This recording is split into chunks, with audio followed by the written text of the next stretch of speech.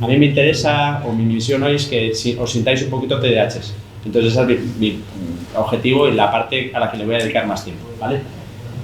Bueno, lo primero que me suele gustar siempre es empezar con una declaración de conflicto de intereses, ¿vale? Yo soy psicólogo y que yo no prescribo medicación, pero aún así, pues cuando hablamos de TDAH siempre nos pasa que hay gente que nos mira con cuatro ojos y piensa que simplemente por decir algunas cosas ya tenemos interés sobre ello. Yo no, aparte que no receto, no vendo nada relacionado con el TDAH, por tanto todo lo que digo tiene que ver con mi experiencia profesional por un lado y por otro lado con mi experiencia a nivel investigador, nada más, ¿vale? Pues yo empiezo así, ya sé que es un poco serio, pero no tengo ningún conflicto de intereses.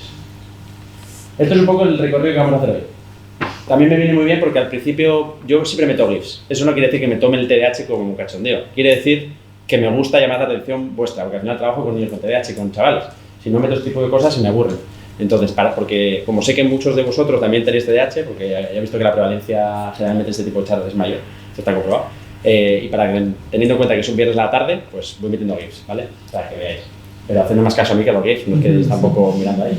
Esto es un poco el camino que vamos a hacer, ¿vale? Primero os voy a explicar cómo va a ser un poco la dinámica que vamos a seguir. Hablaremos un poquito del TDAH, un poquito porque Javi lo ha explicado genial. Veremos lo que son eso que está tan de moda que se llama funciones ejecutivas o funciones superiores, ¿vale?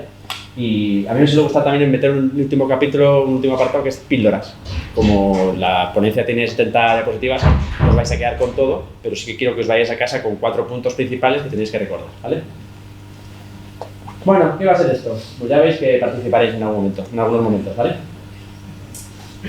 Pero primero me gustaría saber cuántos de vosotros sois profes.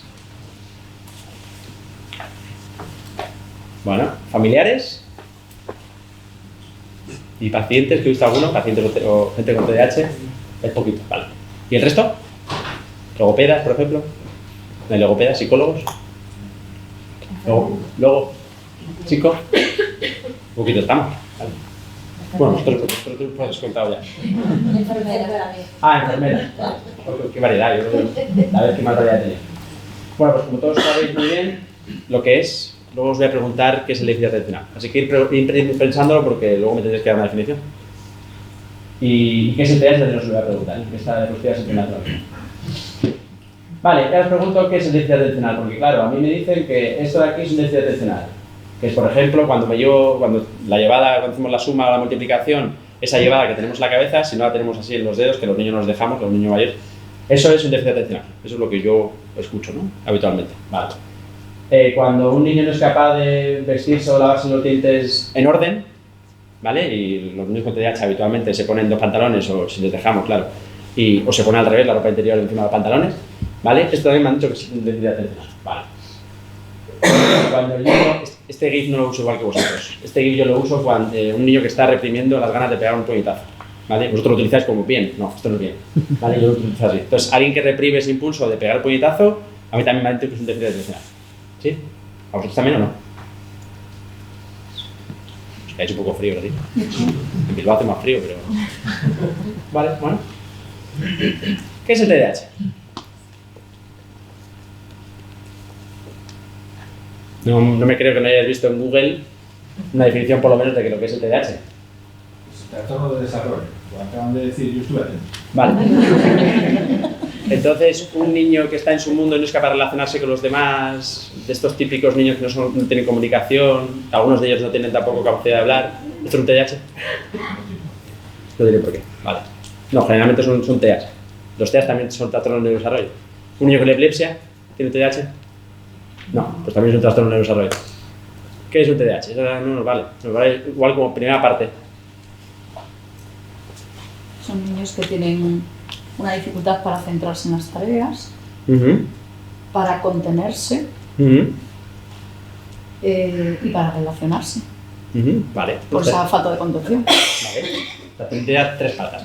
Bueno, lo voy a poner más fácil, ¿vale? Porque ya suelo ver, además suelo preguntar unas definiciones y no coincidir en ninguna, así que lo voy a poner tipo T, ¿vale? Como los niños. ¿Qué es el TDAH? A, un déficit atencional. B, un déficit de control de impulsos. C, un invento. O D, no es ninguna cosa. Empezamos. La A. ¿Quién creéis que es la A? Igual tendría que haberlo puesto al principio, porque hemos hablado de déficit atencional y ahora me vais a decir que no. ¿Nadie la A? Vale. ¿La B? Ah, también. Vale. ¿La C? No. ¿Y la D? La D ninguna es correcta, vale. Pues luego lo veo. Para saber si sois capaces de demorar. Bueno, os voy a dar una definición de TDAH según Asier, que era un chaval que tuve en un grupo de estos de chavales que suelo tener yo. Vale, para que veáis. 10 años, ¿eh? El TDAH es un problema similar a lo que le ocurre con los datos móviles de mi madre, que es de red. Los de subida, desde el móvil a la compañía de internet, funcionan genial. Ahora, los de bajada no funcionan casi nunca. ¿Estáis de acuerdo? Me ha definido mejor que vosotras. Bueno, esto es una posible definición, pero ahí habrá que matizar cosas. De hecho, no lo he visto nunca en un libro académico así, y la verdad que nos solucionaría mucho. ¿Y qué es el TDAH según Iván, que está en la adolescencia según Javi, porque tengo 35, o sea que todavía me quedan unos años de adolescencia? Pues para mí es un trastorno que es un espectro de disfunciones a nivel atencional y ejecutivo, para mí. Esto a nivel técnico suena muy bien, pero luego veremos un poco en qué se traduce, ¿vale?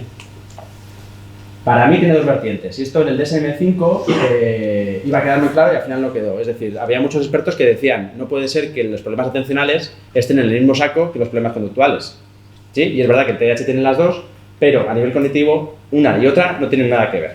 En el DSM, de hecho, iba a entrar una parte que es el hiperactivo impulsivo, iba a entrar en una parte que fuera más trastorno de conducta, y el inatento iba a entrar en una parte que era más a nivel atencional, a nivel de déficit más cognitivos. Y al final, pues como suele pasar habitualmente, el DSM-5 no respondió a ese tipo de necesidades y se quedó así. Pero yo siempre los intento diferenciar, no tanto por diferenciarlos, sino porque a nivel cognitivo tienen perfiles totalmente diferentes, que ahora trabajar incluso es totalmente diferente. Hay niños que no tienen problemas de atención básica, dijéramos, sí pueden tener ejecutivos, ¿sí? Y hay niños que tienen problemas a nivel de conducta, por ejemplo, niños que no en el cole se rinden súper bien, pero sin embargo luego van al patio y se relacionan a base de golpes con los niños, ¿vale? Muchos de ellos también tienen TDAH. Por eso yo creo que hay que separar las dos. Y luego hay muchos trastornos o subtipos o perfiles, llamémoslo como queramos, que no están muy bien definidos. Si os digo tempo cognitivo lento, ¿os suena? No suena. Pues hay autores que dicen que es un subtipo de TDAH. Son estos niños que yo les llamo los niños diésel, porque van más despacito, es decir, procesan mucho más despacito, pero procesan de manera más regular. Muchos de ellos están diagnosticados como TDAH tipo inatento, ¿vale? Pero es un trastorno totalmente diferente porque tiene otro tipo de características a nivel cognitiva y a nivel psiquiátrica también. Y luego, bueno, pues hay muchos, como bien nos ha dicho Javi, hay muchos tipos o hay muchos trastornos que generan secundariamente síntomas de TDAH. Por ejemplo, un trastorno por estrés postraumático, un niño que ha vivido maltrato en su infancia, va a tender a generar un trastorno muy parecido al del TDAH en el futuro, ¿vale? ¿Esto quiere decir que tiene TDAH? No, esto quiere decir que tiene sintomatología TDAH secundaria a otra cosa. ¿Por qué? Porque a menudo, por ejemplo, si les recetamos metilfenidato, si les administramos metilfenidato, hacen lo que llamamos revivencias, vuelven a revivir ese tipo de momentos y el efecto es mucho peor, ¿vale? Porque tienen a veces recuperar determinados recuerdos sin un control terapéutico previo de cómo los recuperamos y en qué momento los recuperamos puede tener consecuencias mucho peores, ¿vale? Y obviamente aquí lo importante no es la hipercinesia o no es el problema de atención. Aquí lo más importante es el trauma que está mal reestructurado, que está mal elaborado, ¿vale? Y bueno, luego aquí encontráis también que en conducta, como bien nos ha dicho Javi, que hay varios subtipos también, dijéramos, pero que no, el DSM tampoco nos lo diferencia, que son pues niños que son hipercinésicos, yo los llamo hipercinésicos porque se mueven mucho. Y además porque el término de hiperactividad está tan prostituido que en cierta manera ya necesitamos utilizar hipercinesia, porque a un padre le dices que tu niño tiene hiperactividad y te dice que es TDAH, no, hipercinesia tiene que ver con moverse más de lo normal, ¿vale? Y TDAH puede tener que ver con un cuadro más amplio. Vale, pues habría los de subtipo hiperactivo, algunos tienen impulsividad, aquí tenemos también dudas de si la hiperactividad y impulsividad tiene que ir siempre junta y bueno, yo he encontrado casos, pocos, pero he encontrado casos en los cuales hay impulsividad pero no hay hipercinesia. Y luego los que yo llamo TDAH+, a nivel conductual, que son aquellos que encima tienen algún tipo de trastorno de la conducta, trastorno de la actividad desafiante, trastorno de la conducta pues a nivel básico, muchos los conoceréis muy bien. Bueno, esto tampoco me voy a extender aquí. Lo que sí os voy a preguntar, otra pregunta que voy a hacer, es, aquí tenemos 3 perfiles de neurodesarrollo, ¿vale? Y me gustaría que me dijerais cuál de estos 3 perfiles es el perfil, bueno, voy a escribir un poquito, no se ve muy bien. Los azules son sanos y los naranjas son patológicos. Esto es la edad y aquí está el erosor cortical, que el erosor cortical se traduce en cómo evolucionan las funciones cognitivas, ¿vale? De manera que os dais cuenta cómo hay primero hacia arriba y luego hacia abajo. Esto es evolutivamente es normal, todos lo hacen, ¿eh? Hay podas neuronales en las cuales pues el número de neuronas que hay bajan, porque lo que hace el cerebro es podar todas esas conexiones que ya no nos hacen falta, porque no sirven, ¿vale? Y así el cerebro es mucho más eficiente. Por eso es lógico que aquí tengamos menos conexiones que las que podemos tener aquí, ¿vale? Porque al final de la adolescencia, que es la última poda neuronal, ya nos quedamos con las conexiones que vamos a tener para el resto de nuestra vida y somos más eficientes a nivel cognitivo, ¿vale? Entonces el TDAH, según el desarrollo, que es el A, el B o el C. Recordad que los patológicos son el naranja, en comparativa de los sanos, que son el azul. Decís que el A. Lo digo yo. Decís que el B. ¿Y quién dice que el C? Yo. Tú dices que el C. Vale. Os voy a poner un ejemplo más claro. Discapacidad intelectual, ¿vale? Lo que antes llamábamos retraso mental. A, B o C. Esto está muy claro, ¿verdad? Ahí te lo tenemos más claro. Y aquí no se ve muy bien, pero la última edad son 19 años en el B. ¿A qué os recuerda? Que hay un bajón bastante más grande en torno a la adolescencia de lo que tienen los sanos. ¿Qué es la última función que, digamos, más se completa? Aparte de las funciones ejecutivas. En la adolescencia, ¿qué es lo más importante que tiene un chaval? La sociabilidad. Por tanto, hay una parte de cognición que se llama cognición social, que es la última que se desarrolla. Con esta pista, el B sería un TA, ¿vale? Y efectivamente el A sería un TDAH. Y siempre saco esta gráfica porque es muy curioso, ¿no? Parece que se van igualando, pero el TDAH en la adultez, muchos de ellos, un 70%, lo veremos, se sigue manteniendo la sintomatología. ¿Cómo puede ser eso? Pues esto es la magia de la clínica. Esto es el por qué el diagnóstico del TDAH es clínico.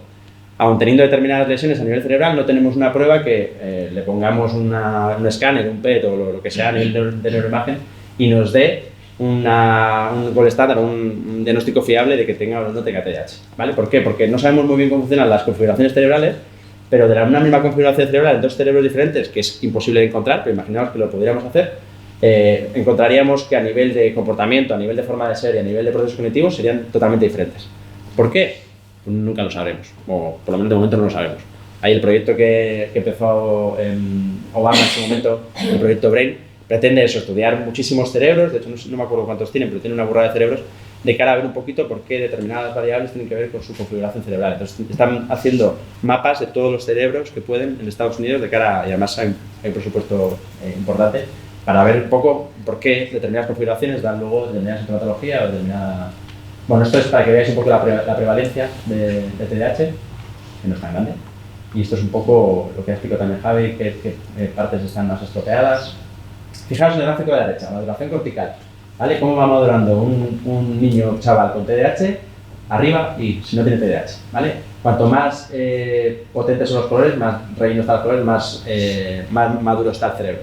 Y os dais cuenta cómo va madurando por detrás, ¿verdad? Bueno, pues simplemente demuestra lo que antes también ha dicho Javi.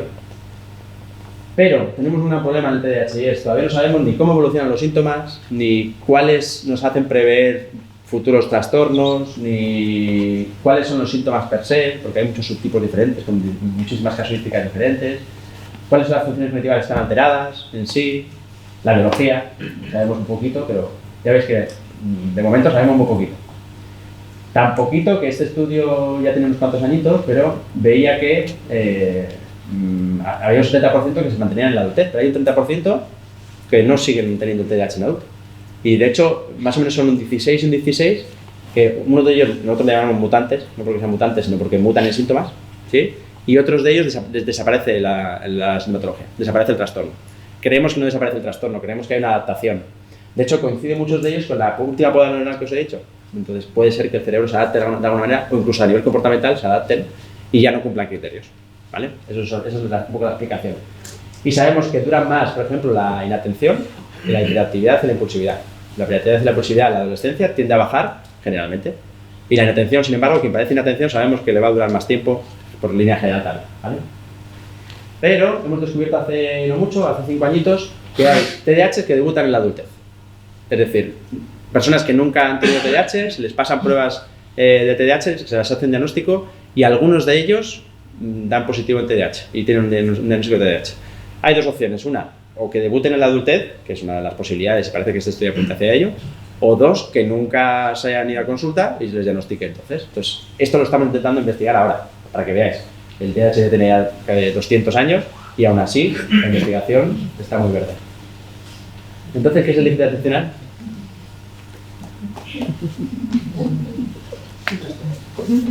¿Qué es el déficit atencional? Si estuviera Rajoy aquí nos diría que es tener poca atención. Lógico, ¿no? Déficit atencional, poca atención. No es por meter con Rajoy, lo digo porque es presidente del gobierno. Voy a haber metido con Sánchez también y hubiera dicho lo mismo. ¿Qué es el déficit atencional? Que no son capaces de mantenerse constante atendiendo durante mucho tiempo. Vale. Que no son capaces de mantener el foco en cierto sitio, ¿no? Vale, bueno. No lo voy a resolver. Lo que voy a resolver es mi hijo.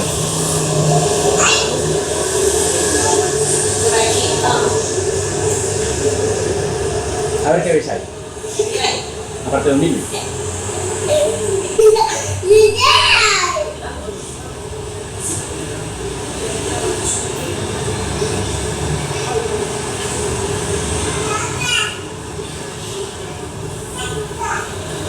Ya termina, ¿eh? Uy, espera, no os quiero hacer spoiler. ¿Qué habéis visto? ¿Edad? Vamos a hacer como en el hospital cuando entran las urgencias. ¿Edad? 2 años, no, tiene poco menos. Está un poco mayor. 2 años tiene ahora. Eso hace un año, eso tiene un añito y poco. Pero a nivel atencional, ¿qué habéis visto?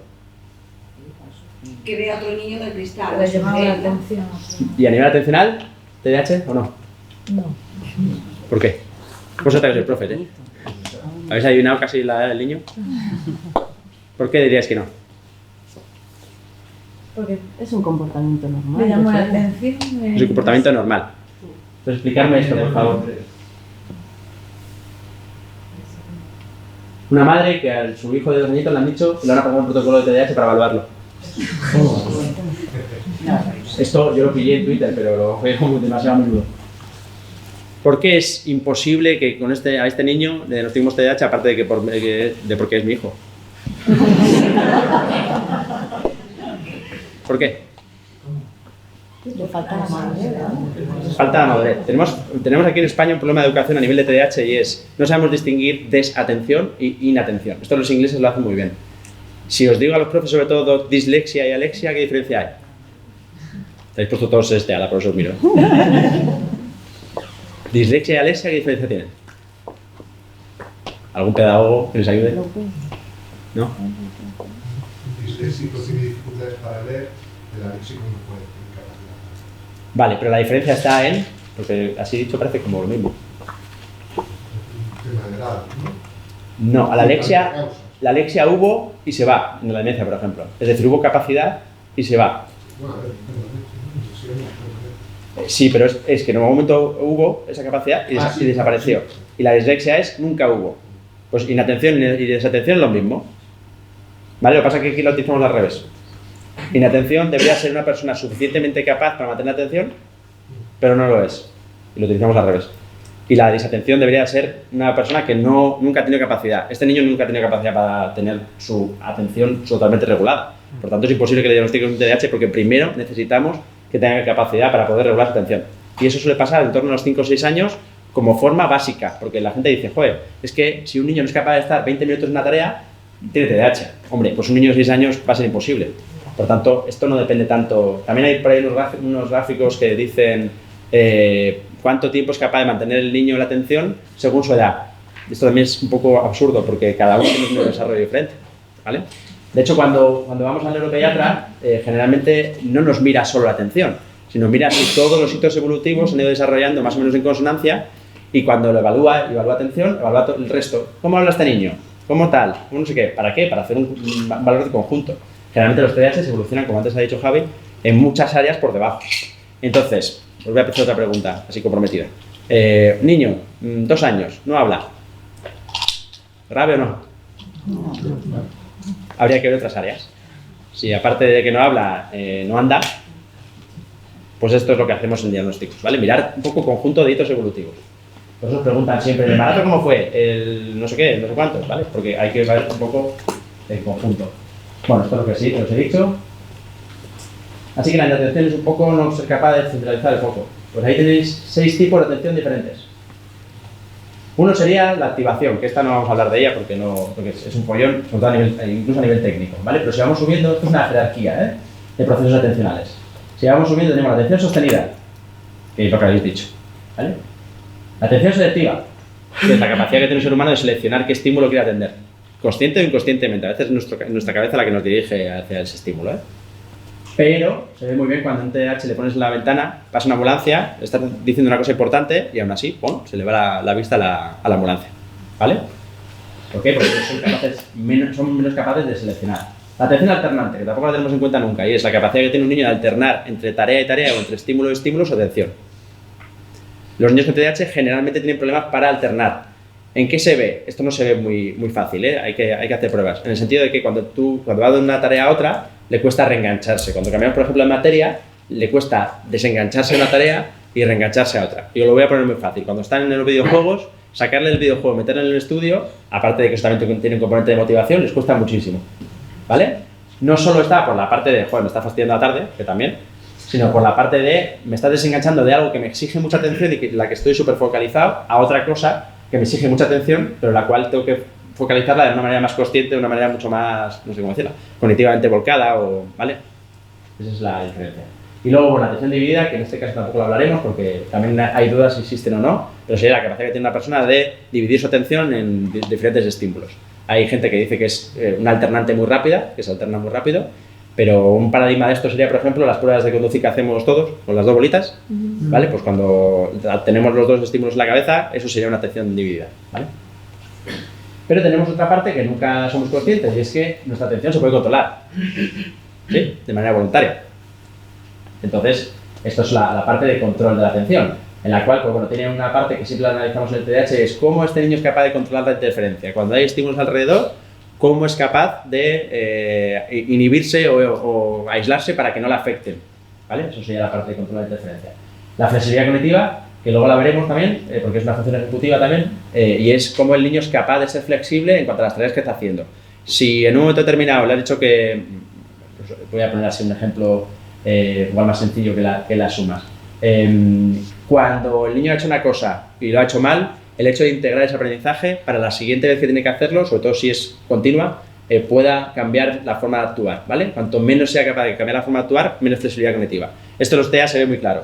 Si un TEA tiene un estímulo determinado, se comporta con un estímulo determinado como si fuera estímulo-respuesta, aunque le enseñemos, le hablemos de que eso no está bien y que tiene que cambiar la respuesta, tenderá siempre a volver a repetir el mismo patrón de respuesta, ¿vale? ¿Por qué? Porque la flexibilidad cognitiva, por ejemplo, los TEA tienen muchas dificultades. Y luego está la memoria relativa o la memoria de trabajo que se llama, ¿vale? La conocemos más como memoria de trabajo. ¿Qué es la memoria de trabajo? ¿No la conoces? Los profes sí, ¿o no? La capacidad que tiene un ser humano para tener en la cabeza o en el presente información para trabajar de cara a una tarea determinada, ¿vale? La llevada que os decía antes, por ejemplo, estaría en la memoria de trabajo. Se quedaría en la memoria de trabajo esperando a que la usemos. Los mapas, cuando estamos guiándonos por una ciudad, ¿vale? También se quedan en la memoria de trabajo esperando a ser usados o para que las podamos modificar, ¿vale? Para las que podamos manipular. Eso es la memoria operativa. Y luego recordaros un poco cómo tomamos las decisiones, que esto es un modelo que está sacado del modelo de Fusuran, de Benson, que tiene ya muchos años, pero sobre todo en esta parte de aquí que pone memoria. Y es, cuando vamos a hacer una cosa determinada, a nuestra cabeza nos vienen situaciones similares en el pasado, para que comparemos la situación de ahora con la del pasado. Si el balance ese de situación de ahora y pasado es negativo, no lo haremos, ¿vale? Si el balance es positivo, lo haremos. O sea, es decir, si recordamos que anteriormente cuando he hecho esto tengo una sensación positiva porque lo hice bien o porque me premiaron, lo tendré a volver a hacer, ¿vale? Sin embargo, cuando sea negativo, no lo haré. Pues esto en el TDAH no funciona. Es decir, esas imágenes que nos vienen antes de hacer una cosa, generalmente no vienen, ¿vale? Porque la memoria de trabajo no funciona bien. Entonces, ¿qué es el TDAH? Y aquí vamos a probar que hayáis estado atentos a la ponencia de Javi, porque lo ha dicho bastante claramente. ¿Quién dice que es un déficit atencional? ¿Nadie? ¿No habéis cambiado de opinión? Vale. ¿B? ¿Un déficit de control de impulsos? ¿Tampoco? Es que antes decíais que sí, ¿dónde os habéis quedado ahora? ¿C? A ver si no vais a levantar nadie la mano. ¿Un invento? Tampoco. O sea, todos D me vais a levantar. ¿Y D? Pero solo levantáis dos, ¿cómo es esto? Pues no.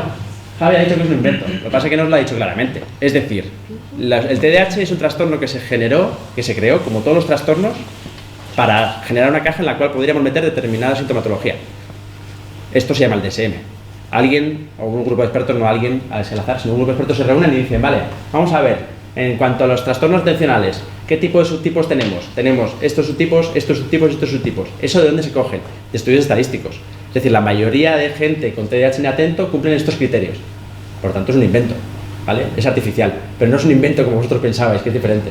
Vale, que me están mirando con una cara como diciendo, ¿estás diciendo que es un invento? No. Lo que estoy diciendo es que se inventan diagnósticos para poder meterlos en una cajita. Pero es que este diagnóstico no se generan para la gente de a pie de calle, se genera para que nosotros los profesionales nos podamos comunicar, ¿vale? Cuando pasa en la pie de calle pasa muchas veces esto, que hay gente que dice, esto es un invento, es que no me lo he inventado yo. En verdad se han reunido los mejores expertos en el mundo y han decidido que esto es el diagnóstico que hay. Por tanto, no es ideología mía o no. Yo tengo que aplicar esto porque yo tengo que seguir la ciencia, no lo que yo crea, ¿vale? Por eso. ¿Y por qué ninguna es correcta? Porque efectivamente los TDAH no tienen ni déficit atencionales ni déficit de control de impulso. Pueden tener las dos, o una u otra, ¿vale? Por tanto, lo correcto no sería tampoco decir la A o la E, ¿vale? Y yo le llamo que es la disfunción que hay entre la relación entre atención y funciones ejecutivas. Las funciones ejecutivas regulan la atención y algunos de ellos, no todos, tienen problemas a nivel atencional. Por eso el problema es la relación que mantienen las funciones ejecutivas y la atención. Cuando os describa las funciones ejecutivas, veréis por qué os lo digo, ¿eh? ¿Por qué? Porque esto es un problema atencional. Esto es un déficit de atención. ¿Sí? Y esto no es un déficit producido por algo normal, sino es un déficit producido por un daño cerebral. En mi inteligencia espacial, ¿habéis oído alguna vez? Son personas que solo perciben un lado de su hemilado, se llama, digamos, si cortamos como vemos, lo percibirían generalmente en la parte derecha. Por tanto, solo dibujan lo que hay en la parte derecha, hasta el punto de que solo se visten en la parte derecha. ¿Por qué? Porque toda la atención que se centra de aquí para la izquierda, no hay. No es que no la vean, es que la atención no está de aquí para allá. Por tanto, no existe. Todo lo que no veo no existe, ¿vale? No es un problema de percepción, es un problema de atención. Y este es el único problema atencional que hay realmente, ¿vale? ¿Qué vemos que les pasa? Pues todo esto que ya lo conocéis, ¿verdad? No saben, están en la luna de Valencia, se mueven mucho. Yo suelo utilizar también expresiones así muy sonadas para que os hagan así eco. Tienen que aprender. Y yo pregunto cómo leches podemos aprender a día de hoy, a mí me cuesta, teniendo tanto estímulo como tenemos. Y teniendo tanta orden y tanta prisa como tenemos. Porque una de las cosas que tenemos es que los niños no tienen tiempo para ser niños. De hecho, a mí me gusta mucho esto. Y hay otra también que un niño dice, muy bien, tengo que ir a karate tal. Bueno, y para ser niño, ¿cuándo es mi hora? ¿No? Hay otro meme por ahí. Pues es verdad, a veces tenemos que... En mindfulness, que no es una técnica nueva, entre comillas, aunque sí se ha puesto de moda y lo uso, para tener en cuenta que necesitamos espacios en los cuales podamos centrar nuestras cosas en un momento determinado, en un foco determinado y en un sitio determinado. Porque a veces estamos pensando tantas cosas que no paramos. Y si no paramos, que esto es el mindfulness, parar el pensamiento, parar, organizarlo o que vaya más fluido y menos rápido, pues tenemos problemas. Bueno, este es mi libro, por si queréis echar una ojeada, ahí se explica mucho más cosas a nivel atencional, pero vamos a hacer la dinámica, ¿vale? Bueno, más dinámica, porque estamos haciendo alguna. Venga, os voy a pedir que paséis las pelotas. Y hay muchas, así que...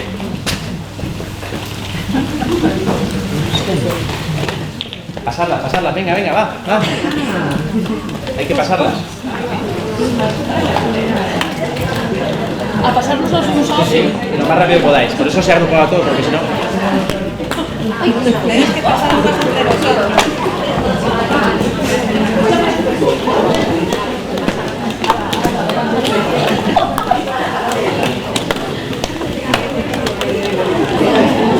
Ya, a algunas les cuesta, ¿eh?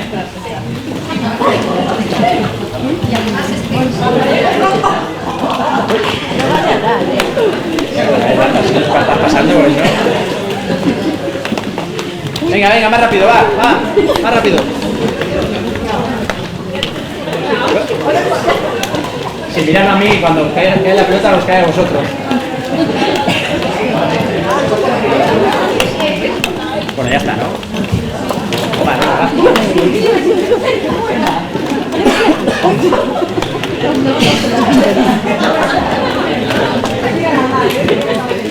Venga, más. Alguno se ceba, ¿eh?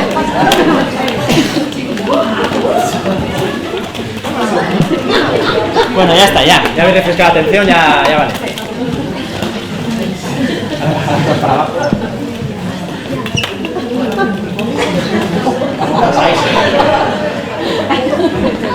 ¿Qué habéis sentido?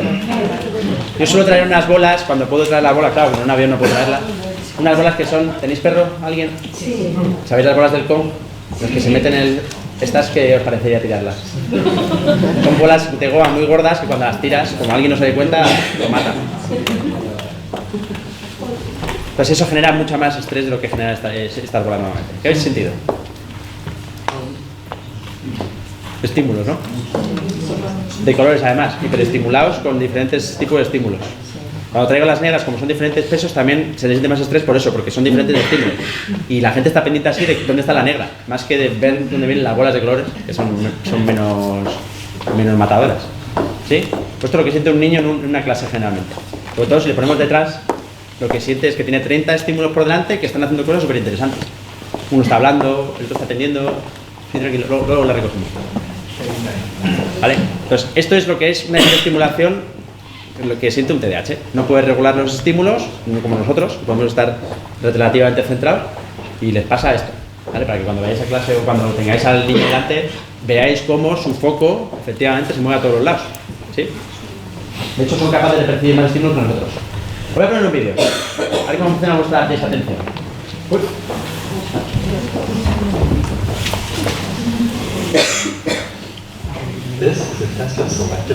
Bueno, está en inglés, pero lo voy a explicar, ¿eh? Tenéis que contar cuántas veces pasan la pelota los jugadores blancos, los que están de blanco, ¿vale? Empieza ya. Concentraos, jugadores de blanco, ¿cuántos pasos hacen?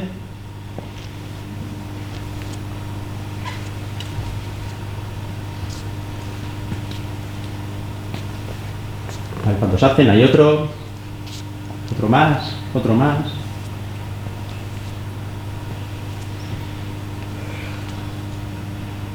¿Cuánto? 15, 9. ¿Y cuántos de vosotros habéis visto el gorila? Estaba ahí.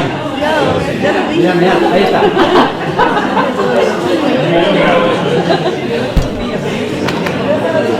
Además ha hecho monadas. O sea, no es que haya pasado corriendo, no, se ha parado en medio. ¿Qué demuestra esto? Que solo prestamos atención y sobre todo a los estímulos que creemos que son importantes. ¿Sí? Si no se hubiera dicho nada, probablemente hubierais atendido al gorila. ¿Sí?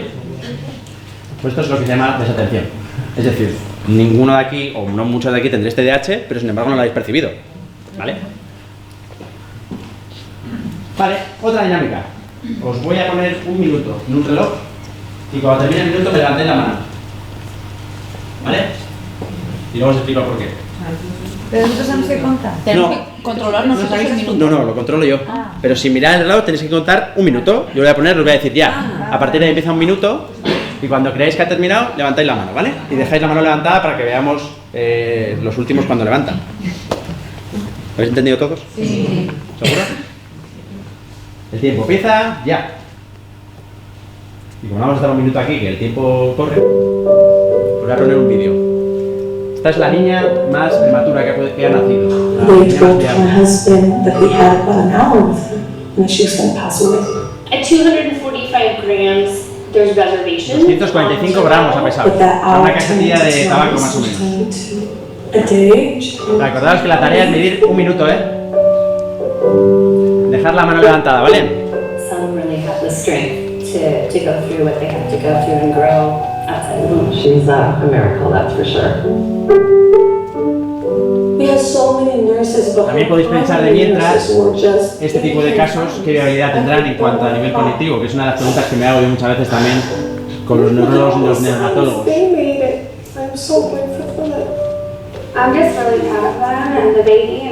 El vídeo no dura un minuto, ¿eh? O sea que no esperéis al vídeo porque no tiene nada que ver con el vídeo.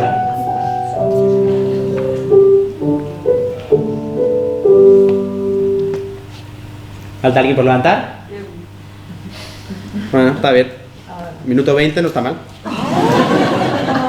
Pero lo peor es que alguien por ahí adelante ha levantado en el segundo 20, que es la final, ¿qué pasa?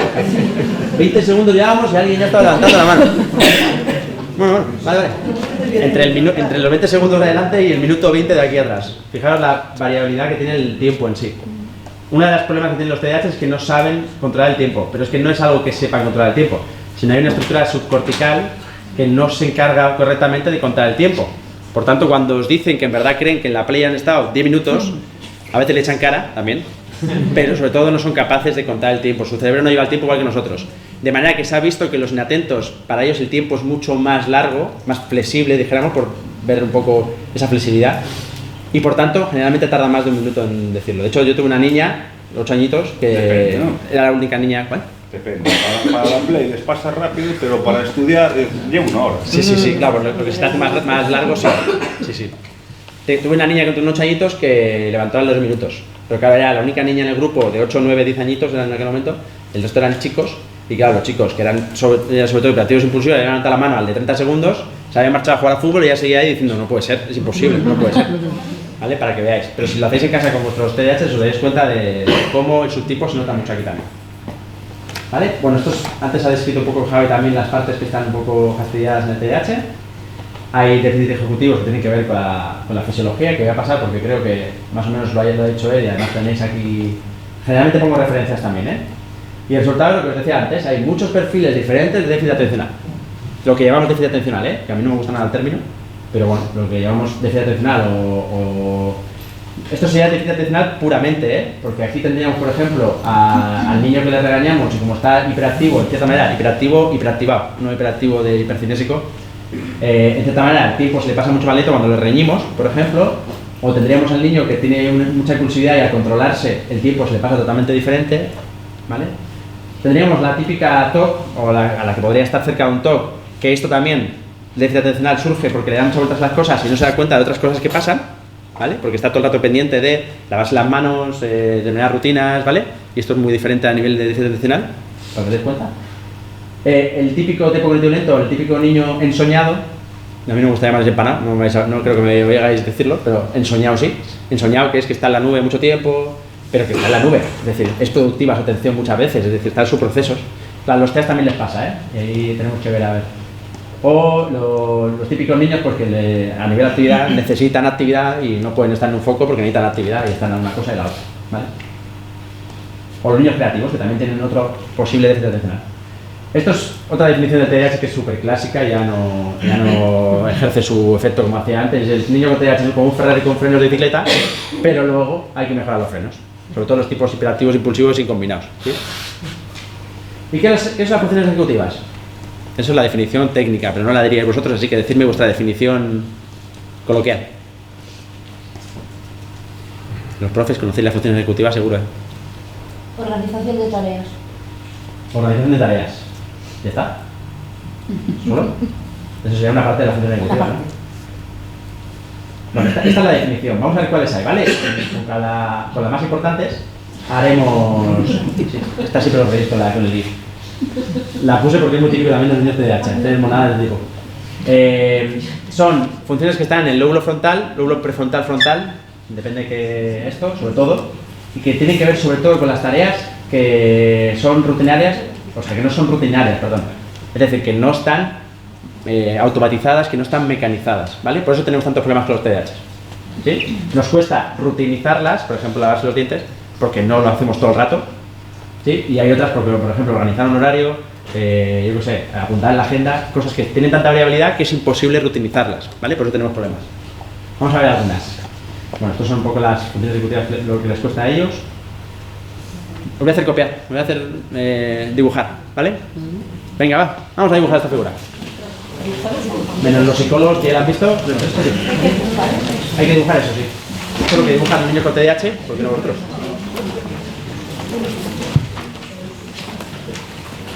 Y os voy a dar además un minuto. Pero de los de antes, de un mes. No, de los de antes de adelante, 20 segundos. Y ya habéis consumido 10 segundos. Ya os he dicho que el tiempo es oro, que luego si no me riñen.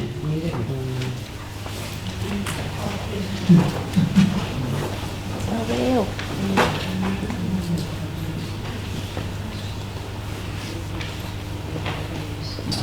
Quedan 20 segundos. No, ni de coña, Iván, por favor. Ay, perdón. ahora quedan tiempo. Esto lo hacen los niños con TDAH, lo prometo. Es una de las pruebas cognitivas que solemos hacer. Luego os voy a preguntar el por qué. ¿Ya está? Pues rápido. Pues entonces le quitamos a los demás. ¡Hala, se acabó! No se vale. Porque No, que se ha pasado el tiempo, no ha sido él. Vale, esto es una figura, es copia, ¿eh? Es decir, copiado de la lámina que le solemos poner. ¿Vale? De aquí no vais a sacar muchas pistas. No. ¿Esto os parecería a un niño con TDAH? Sí. ¿Sí? No. Sí, tenía que dibujar lo que vosotros habéis intentado dibujar. Y dibujó eso. Podrías. Mira, os voy a enseñar algunos truquitos de por qué esto no es un TDAH, ¿vale? Si os dais cuenta, hay una perseveración muy grande de detalles. Están los detalles por todos lados. Esto es un signo de organicidad, de algo que se ha quedado ahí entre ceja y ceja, por decirlo coloquialmente, y el niño dibuja y dibuja y dibuja. ¿Este tenía un minuto? No, este tenía tiempo libre. Pero tenía 3 veces menos de años que vosotros, también os digo. ¿Vale? Entonces esto quiere decir organicidad. Generalmente esto se ve más en TEAs, pero este niño tenía una epilepsia gorda. 8 años, Digo que para 8 años y epilepsia generalizada como tenía este niño, la verdad es que estaba muy conseguido. ¿Este tiene TDAH o no?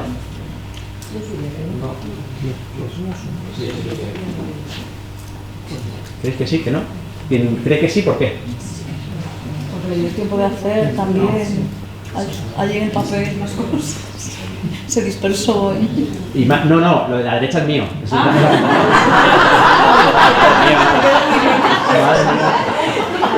Claro, me ha sumado a la vez que hacía la figura. Tenía alta capacidad la niña. Los que creéis que sí tiene TDAH, ¿por qué?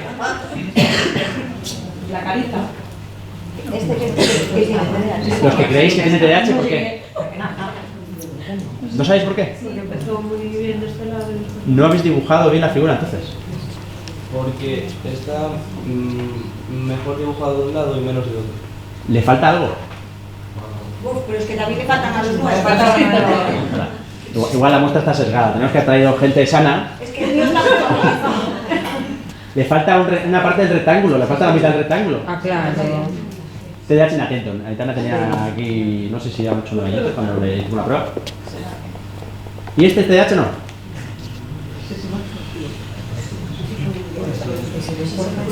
No está cortado, ¿eh? O sea, el escáner no es que le haya cortado el escáner, sino está así, dibujado así tal cual. Está apoyado sobre la parte izquierda del folio. Cambió las posiciones. Y cuando terminó el dibujo dijo, anda, si no me cabe la cruz esa que está a la izquierda. Bueno, os voy a preguntar otra cosa más fácil. Edad. Sí. Es chico. No da mucha pista, pero... 8, 10, 11. El pobre tiene 17 años. ¿Cuánto? Esto es un TDAH que además lo llevo en consulta ya hasta hace 2 años, pero con un componente más afectivo. Necesidad de límites, por eso está aquí, apoyado. Con una corrección brutal. Y os dais cuenta cómo repasa una y otra vez las cosas. ¿Sí? Es un TDAH con algo más. Pues ella no tiene un TDAH con algo más. Ahí, ya está. ¿Y lo vuestro qué? Le damos la vuelta y lo dibujamos otra vez, a ver si os acordáis. Venga, va. No. No, porque no hemos quitado, no. Vale, venga, va, luego en casa lo dibujáis otra vez. Esto es el test de Zoll, llamamos, ¿vale? Aquí no tengo las instrucciones, pero yo más o menos me acuerdo. Tienen que visitar 6 sitios, que eso sí no me acuerdo exactamente cuáles. Pero tiene 3 normas, que es aquí es donde está la memoria de trabajo, ¿vale? Los sitios que veis con puntitos, los caminitos que veis con puntitos, lo pueden pasar todas las veces que quieran. Pero los caminos sin puntitos, solo una vez. ¿Vale? Esa es la primera norma. La segunda, empezamos en la entrada que está aquí, igual no la ves, y terminamos en la era de descanso que está aquí. Y la tercera norma es que el paseo para camellos, que lo hemos tenido que poner una raya porque había algunos que decían, si paso así y luego así, no se tocan. Pues solo puede pasar una vez. ¿Vale? Entonces tienen que completar este mapa de manera que organizan el dibujo un poco y tienen que conseguirlo. ¿Sí? Aquí tampoco hay tiempo. Esto lo tenéis en internet y lo podéis hacer en casa, ¿eh? Si os sale mal, Que no... tiene que recorrer todas las zonas. No, tienen que visitar los 6 sitios que se les ha dicho. Que digo que si la firman en casa no es mi responsabilidad, ¿eh? No. ¿Vale? Bueno, funciones ejecutivas, ¿cuáles son? Velocidad de procesamiento, memoria de trabajo, fluencia verbal o fluidez verbal, que se llama de las dos maneras, inhibición. Esto no es una verdad. No, ¿cómo va a sonar? Pero a partir de ahora va a sonar. Y esto se relaciona con lo que antes hemos visto, el gráfico, ahí ya no. Esto es esto de Tirapo, que supongo que algunos, sobre todo los que sois docentes, le conoceréis o le habréis oído alguna vez. Un neuropsicólogo, psicólogo clínico muy famoso de Pamplona. Y se relaciona con ese triángulo, que se desaparecerá otra vez. No. Vale. Sí. Va. Velocidad de procesamiento es la capacidad que tiene un ser humano para procesar determinada información en determinada unidad de tiempo. ¿Vale? Por ejemplo, en este caso, a ver cómo os hago yo una prueba sin tener que meter pruebas y sin que tengáis que conocer nada. Vale, hay una prueba del WISC, la prueba de inteligencia, que supongo que muchos de vosotros la conoceréis, en la cual hay unos dibujitos asociados a unos números, ¿vale? Entonces abajo están los números, pero no los dibujitos, y tienen que ir dibujando el dibujito justo debajo del número, ¿vale? Como de rápido hagan eso, es como de rápido procesan. Aquí también hay una parte de aprendizaje, obviamente, ¿vale? De esta no vamos a hacer nada. Ah, sí, vamos a hacer. ¿Cuántos animales hay? Una. Cuando terminéis, levantáis la mano. Una, dos, ya. Además, tenéis la dificultad de que se ve mal. Los TDAH también los hacemos, 6. 7. 6, 7. Bueno, ya veis como cada uno procesa diferente, ¿verdad? Sobre todo en dependencia de si estáis delante o atrás. Pero da igual, yo no os he dicho nada de que... Repetidos cuentan. 7, 8, 6. Repetidos cuentan. Los que tienen color cuentan o no. ¿Vale? Esto es velocidad de procesamiento. Cómo de rápido procesa una persona si tuviera las mismas condiciones. Bueno, memoria de trabajo. ¿Profe de mate? No levantéis la mano, ¿verdad? ¿Profe de mate? ¿Nadie? ¿No? Ya, no me lo creo, pero bueno. Vamos a calcular, ¿vale? Súper fácil. Calcular, súper fácil. Ya, ¿vale, no? ¿Necesitamos algo más o no? ¿Podéis hacerlo bien? Lo vais a sacar bien, ¿no? Vale. Seguro, ¿no? Esto es la ansiedad anticipatoria. Esto a los que ya se les pasa mogollón. Si les haces esto, se frustran.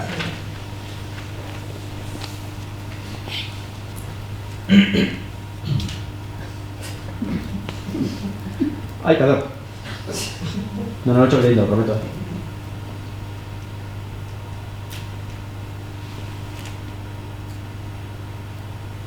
Aún aprovecho. ¿Sabéis que a Jorge Javier le dio un ictus hace poquito? Eso lo sabéis todos, ¿eh? No, ahí se queda la Belén Esteban siempre, la pobre. Seguimos, ¿eh?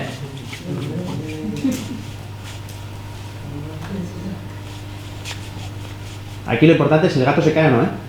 Sí. Como no se ha caído, pasamos.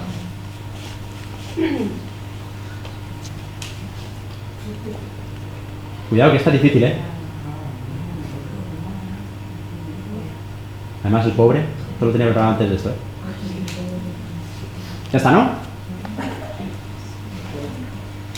¿Algún Dori? Sí. ¿No? ¿Cuántos? 40. ¿Cuántos? 40. 50. Joder, entre 40 y 50 hay unos cuantos, ¿eh? ¿Y los demás? Nada, ¿no? Si os pregunto quién aparecía en el vídeo de la Belén Esteban, me decís, ¿no? ¿No tampoco? No, tú ya sé que no, pero... Esto va por prevalencias y por géneros. ¿Ya? ¿40, 50? ¿Los demás qué? ¿Y el profe de mate? ¿Quién me ha dicho que es profe de mate? Que sé yo que hay uno aquí. Venga, voy a poner más fácil. ¿La A? ¿Quién creéis que la A? Nadie la A. ¿La B? Nadie tampoco. ¿La C? ¿Nadie? ¿Y la D? ¿La D? ¿Todos la D? Sí, os habéis contagiado los demás, ¿no? Ya. Pues esa es la respuesta. ¿Cuánto es? Ya. 40. ¿Cuánto por decir? 40. Vale. A ver, 50 no sé. Vale, ahora os voy a pedir que os levantéis. empieza a pensarse que se le va todo.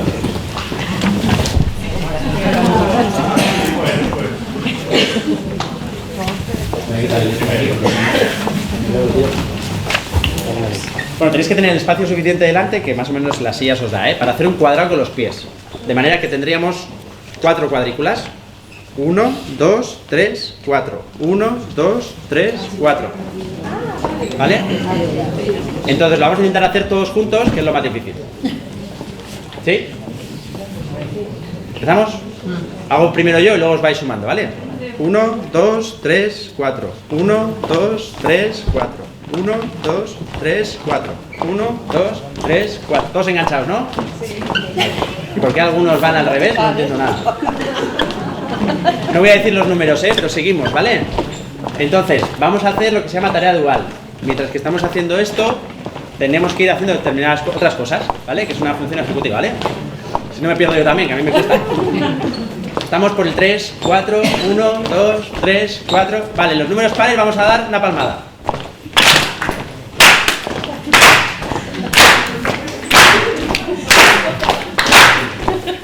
Vale, seguimos. Seguimos dando palmada, excepto en el 4.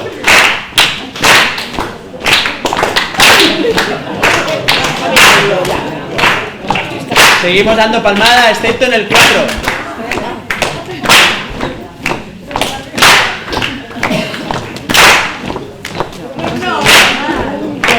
Muy bien. Vale, damos palmada a los números primos.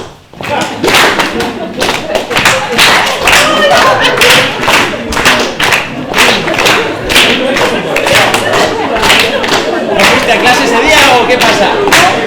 Números primos.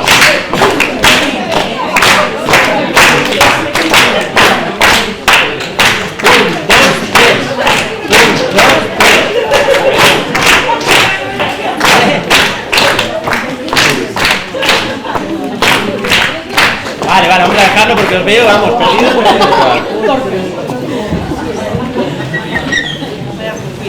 ¿No habéis acertado que los números primos es 1, 2, 3?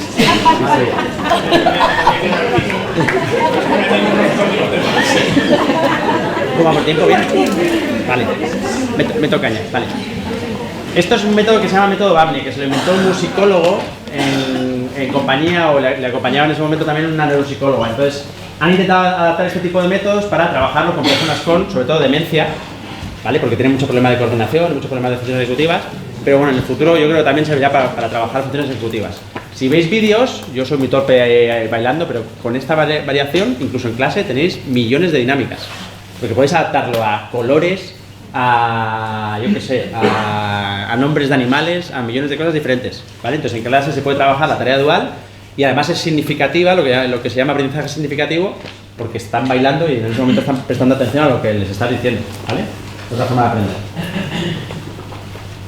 Y bueno, luego hay otras funciones ejecutivas que no las veremos mucho, porque al final es difícil generar dinámicas con todo, y además no tenemos tiempo.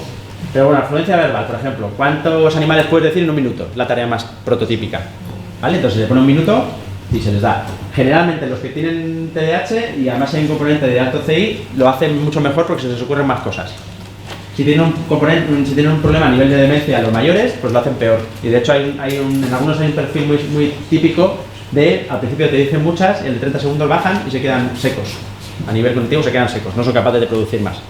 Incluso hay algunas tendencias de perseverancia, de poca flexibilidad cognitiva y por tanto perseveran y te dicen otra vez espera, ¿vale? O en animales, pues lobo, ¿vale? Ejecución dual, pues eso, un poco lo que hemos visto. Hay otra que se llama multitarea, que depende un poco de qué tipo de tareas hagamos, pues se usa un nombre u otro, ¿vale? Flexibilidad cognitiva que hemos visto antes. Toma de decisiones también es otra función ejecutiva, ¿vale? Estos son todos funciones ejecutivas, para que veáis cómo muchas de ellas están afectadas en los TDAHs. Y sin embargo, hablamos de atención, pero nunca hablamos de las funciones ejecutivas que cuando vais a un neuropsicólogo las rehabilitamos, porque muchas de ellas están fastidiadas.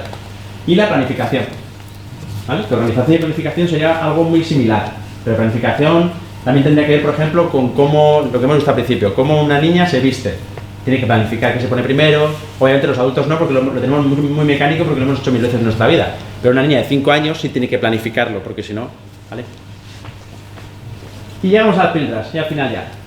¿Qué son las funciones ejecutivas? Pues son actividades reguladoras de la actividad cognitiva, es decir, regulan. Por eso se llaman funciones superiores o ejecutivas, porque ejecutan el resto, ¿vale? Están superiores por encima, regulan el resto. Por tanto, la atención generalmente no está fastidiada en los TDAH, lo que está fastidiado es lo que regula la atención, lo que está arriba. Por eso muchas veces pasamos pruebas de atención, pero pasamos también pruebas a nivel de funciones ejecutivas. Si veis en algún informe pruebas como la prueba de Hanoi o estas que os he enseñado, que son típicas de pasar en el TDAH, es simplemente por esto, ¿vale? Y que son fácilmente modificables. ¿Qué quiere decir? Que todo la modifica. Si dormimos mal, las funciones ejecutivas se modifican totalmente, ¿vale? Y la atención se modifica. ¿Tenemos menos atención los días que dormimos mal? No, es que la función ejecutiva no es capaz de hacer que sostengas la atención.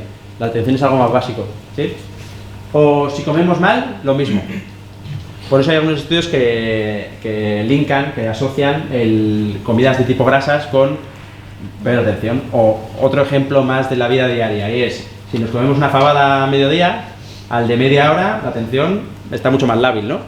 ¿Por qué? Porque nuestra sangre está más en la tripa y nuestra cabeza no tiene suficiente sangre en las funciones ejecutivas como para prestar atención a determinadas cosas, ¿vale? La disfunción que hay en los trastornos atencionales típicos del TDAH tiene que ver más con la relación que hay entre las funciones ejecutivas y la atención, ¿vale? Porque son las funciones ejecutivas las que lo regulan. No es un déficit atencional, sino es un problema de funciones ejecutivas o la regulación de la atención, ¿vale? Y depende de qué funciones se vean deterioradas, hay un perfil de atención u otro. Y de hecho hay algunos que yo les llamo PACs, hay otros que le llaman TDAH+, que son TDAH más algo más. Hay unos, por ejemplo, que se llaman DAM, que tienen problemas de motricidad y percepción. Estos no son TDAH solo, son más. Hay un problema atencional, pero tienen algo más, para que os deis cuenta cómo es la función ejecutiva lo que une o vertebra todo este tipo de déficit. Y hay otros que son trastornos de aprendizaje no verbal, que también supongo que poco a poco lo vais escuchando también. No se oía hace unos años, pero ahora ya se va escuchando, vais a asociaciones específicas, que lo que les cuesta es los aprendizajes no verbales. La secuenciación, no se saben, por ejemplo, los nombres de los días, ¿vale? Que a los TDAH a veces también les cuesta, pero porque igual tienen este tipo de componentes también, ¿vale? Y, sobre todo, la píldora más importante es que nos quedan muchísimas cosas por descubrir en los déficits de atención, ¿vale? Pero, sobre todo para los profes, yo donde más aprendí fue hace como 13, 14 años que me fui a Perú, 3 meses, sin nada, sin un WIS, sin una prueba de RACE, sin nada. Y ahí me dijeron, nada, a un pueblo además de unos 15.000 habitantes, ahí en la Sierra Perdida, en Perú, en el norte, debajo de Córdoba, creo que se llamaba, hay una cordillera de 2 picos de 5.000 y pico metros, que se llama la cordillera del Huaylas, en el cual hay una población, pues eso, que tiene muchísimos problemas, y ahí me dejaron suelto. Me dijeron, nada, haz un proyecto con el gobierno vasco, que teníamos una beca, y me hicieron que, bueno, junto con compañeros, me hicieron que interviniera sobre los alumnos. Pues, por ejemplo, les dimos charlas de sexualidad, tuvimos que cambiar, por ejemplo, los hábitos educativos, porque estos, si habéis estado en Perú, además lo notaréis, quizás en Lima no se nota tanto, pero a nivel social están como nosotros en los años 70. Por ejemplo, a nivel de machismo, si aquí tenemos un problema grave, allí es 10 veces más. De hecho, es muy habitual que ellos te digan que a correazos se solucionan los problemas. Imaginaros dar un diagnóstico ahí de TDAH, es mucho más peligroso que aquí, porque viene el padre y te da, ¿vale? Y alguno hicimos.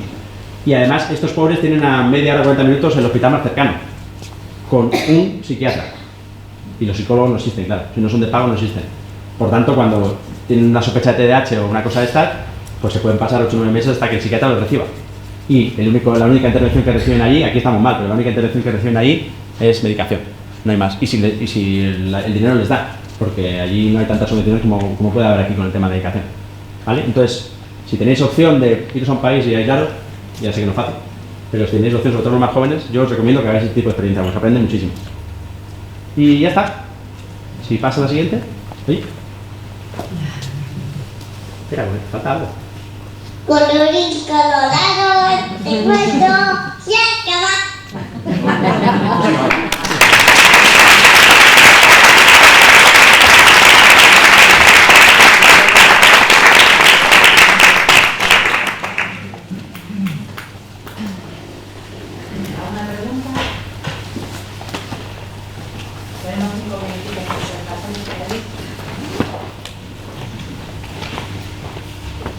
Más necesitan en email, pues si se lo ponen después, os da vergüenza preguntar.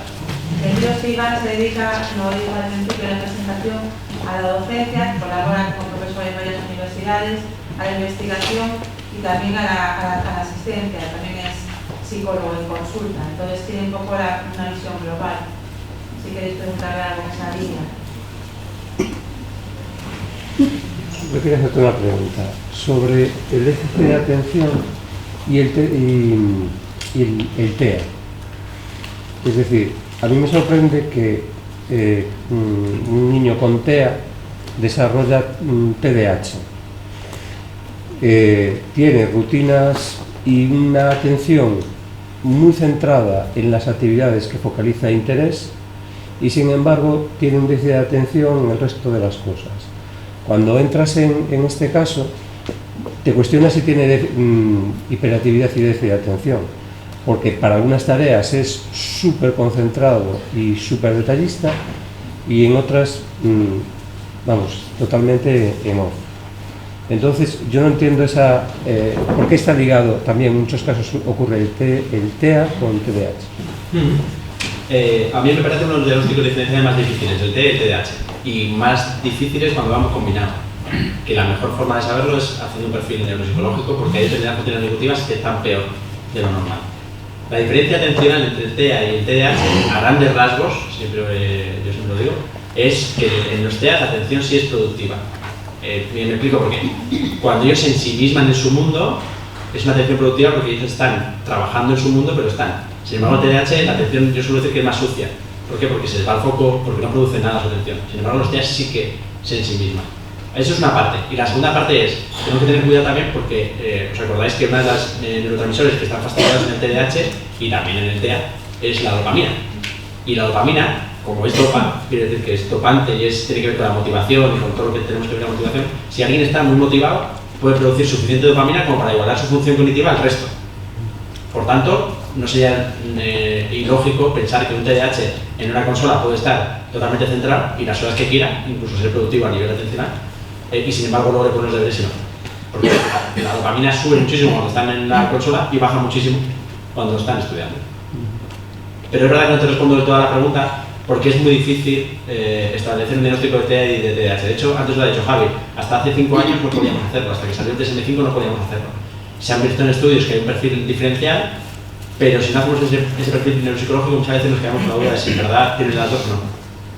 Y generalmente se hace un diagnóstico de uno a otro, dependiendo cuál prevalece más o cuál genera más dificultades. Otra cuestión es, hablábamos un poquito de que esto es una lucha combinada. Hablamos antes de la parte farmacológica, pero no hablamos de la parte de terapia, es decir, cómo hay que intervenir a nivel de rutinas, a nivel de, por ejemplo, el lenguaje que se utiliza con ellos. ¿Qué herramientas tenemos para eso? Te refieres a un TDAH, ¿verdad? Porque en Sí. el TEA la intervención cambia totalmente. De hecho, en el TEA generalmente no hay medicación, a no ser que sea para controlar los problemas de conducta que pueden surgir. Y a no ser que tenga un problema de atención, entonces sí que ahí hay medicación. En cuanto a los TDAHs, en casa hay que trabajar con psicoeducación, por ejemplo, es decir, este tipo de cosas, el que conozcáis el trastorno en sí, el que sepáis cómo funciona. Y luego la segunda parte sería siempre pautas a nivel educativo, cómo tratarle, en el caso específico, cómo llevarle, cómo generar rutinas determinadas, cómo intervenir en casa, ¿vale? Eso sería por una parte, la pata familia. La pata cole, psicoeducación también, y además generar adaptaciones metodológicas, que son necesarias según la 11, eso dice la 11 según la 15, en las cuales pues, adaptemos la forma de aprender a sus capacidades, en el caso del TDAH. Y eso generalmente se hace con el diagnóstico. Pero el diagnóstico ya tiene que venir una parte, o el mismo psicólogo que hace el diagnóstico llama al colegio y dice, mira, con estos tenemos que, o incluso el orientador, viendo el informe, tiene que ser capaz de diseñar eso, y si no, hay una colaboración entre orientador y psicólogo. Es la parte de cole. Y la parte con él, pues para mí siempre hay dos patas. Una pata es más la psicoterapéutica en forma de emociones, porque esto genera mucho problema a nivel de emociones, a nivel de pues, cómo proceso yo las cosas, incluso también psicoeducación en cuanto a conocer el TDAH en sí. Y otra parte sería la cognitiva. Por un lado está la parte de agenda, organización y llevar todos los hábitos de manera estricta, pero por otra parte estaría la rehabilitación cognitiva, que sería restablecer esas funciones que no han llegado nunca a estar suficientemente bien, de forma que puedan operar bien estas funciones ejecutivas que hablábamos. Y por ejemplo, la autoestima, para subirles esa autoestima. Psicoterapia. Eso es lo que se trabaja no todos necesitan, en el sentido de que muchos, sobre todo cuando son pequeñitos, no tienen mucha consciencia de dificultades, conciencia de, sobre todo si no tienen problemas con los amigos, por ejemplo. Claro, tengo problemas en el cole, bueno, pues sí, pero tampoco, hay muchos que no dicen que soy tonto, por ejemplo, hay algunos que no dicen, entonces ahí en ese caso pues tendremos que ver si trabajamos autoestima o no, pero muchos de ellos es verdad que con el tiempo van aprendiendo que su capacidad de aprender no es igual que el resto, entonces empiezan a generar frases de tipo soy tonto, es que no soy capaz, entonces hay que trabajar mucho la parte de psicoterapia en cuanto a eso, en cuanto a que ellos vean que no es verdad que sean tontos. De hecho, yo muchas veces cuando hago el diagnóstico y vienen los ICAs, si ellos tienen capacidad de entenderlo, les cito con ellos, es decir, tienen 14 años para adelante, les cito con ellos y les digo, mira, este es el informe, vemos cada una de las pruebas, entre todos vemos qué tipo de dificultades tienes, y en el CI incido muchísimo porque los chavales siempre piensan que soy tonto y soy incapaz. Le digo, no, mira, tu CI es de 110, por tanto, no eres tonto para nada, ¿vale? Y si no tienen capacidad, pues en la siguiente sesión, cuando vienen ya a primera intervención, yo les explico, mira, esto que hiciste aquí, esta tarea que hiciste, pues mira, sale así, así, así. Y esta otra tarea que hiciste aquí, pues mira, dice que tienes una capacidad normal, o incluso normal media, ¿vale? O sea, normal alta. Es decir, que no eres tonto, ¿vale? Y ese tipo de cosas. Luego además estructurar en cuanto a qué parte positiva tienen ellos también. Es decir, siempre intentamos hacerles ver también la parte positiva y pilotar la intervención desde ahí.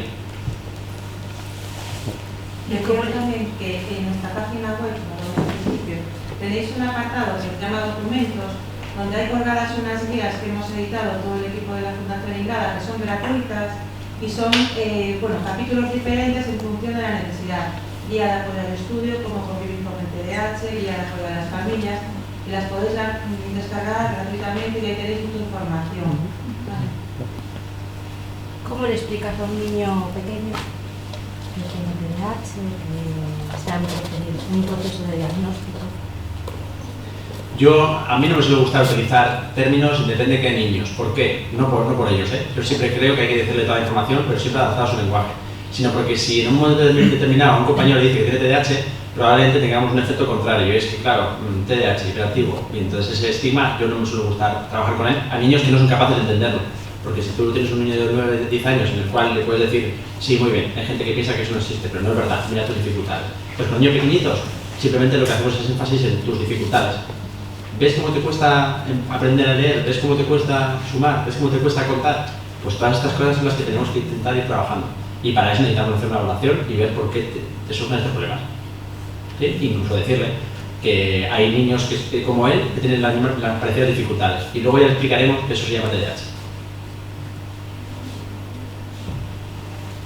Hola, yo me hago una pregunta. Vamos a ver, el TDAH, hay gente que lo toma como eso, lo que significa déficit de atención con o sin hiperactividad. ¿Y por qué cuando a la hora de un diagnóstico solo se le puede decir o comentar a un niño que tiene déficit atencional? No sé muy bien a qué te refieres. Socialmente se utiliza mucho el TDA, pero el TDA no existe. El diagnóstico, o sea, las siglas TDA, sí, aunque coloquialmente los utilizamos, en el DSM-5 no existe. Existe TDAH de subtipo inatento o hiperactivo impulsivo o combinado. No, pero que te puedan poner en un diagnóstico que te estén diagnosticando y digamos el psiquiatra o el psicólogo tal te dice que tienes déficit atencional, pero como no tienes hiperactividad, tienes solo déficit atencional. Sería TDAH de tipo inatento. Pero ¿por qué no? Eso es mi pregunta, ¿por qué no dicen TDAH, que es mucho más conocido que el déficit atencional? Buena pregunta. Yo muchas veces también les digo, porque hay gente que dice, tiene déficit atencional, pero es que es TDAH, o sea, es así, las siglas son TDAH. Eso surge. ¿Por qué les dicen a los padres en un diagnóstico déficit atencional? Pues porque tiene menos estigma probablemente que diagnosticar un TDAH, que tiene más estigma. Pero eso surge también por lo que antes os decía, el DSM-5 iba a tener dos partes, el déficit atencional y el TDAH per se, que es el combinado hiperactivo impulsivo. Sí. Por tanto, es verdad, y además vemos que los fenotipos no tienen nada que ver, o sea, el perfil que tiene el fenotipo no tiene nada que ver. Por tanto, que lo diferencien está bien, pero puede ser que solo tenga... Claro, pero a la hora de comentar sobre unos padres que son nuevos, que entran, que, no, tiene solo déficit atencional, o sea... Sí, como si te restara la importancia. Exactamente, quitando la importancia, y es igual, o sea, el déficit atencional es igual que un TDAH. Ahí el problema no está en la nomenclatura, ahí el problema está en explicar bien que eso es un subtipo de TDAH. Pero es verdad que a veces se les dice eso simplemente por eso, por no agravar más la situación o porque simplemente ellos no salen a casa pensando, ostras, qué marrón. Porque cuando das un diagnóstico de TDAH, nos pasa lo que nos pasaba hace 2 o 3 años con un diagnóstico de autismo. Cuando das un diagnóstico de autismo a una familia, la destrozabas. Y ahora cuando das un diagnóstico de TDAH, la gente piensa, se acabó la vida. Y no es así.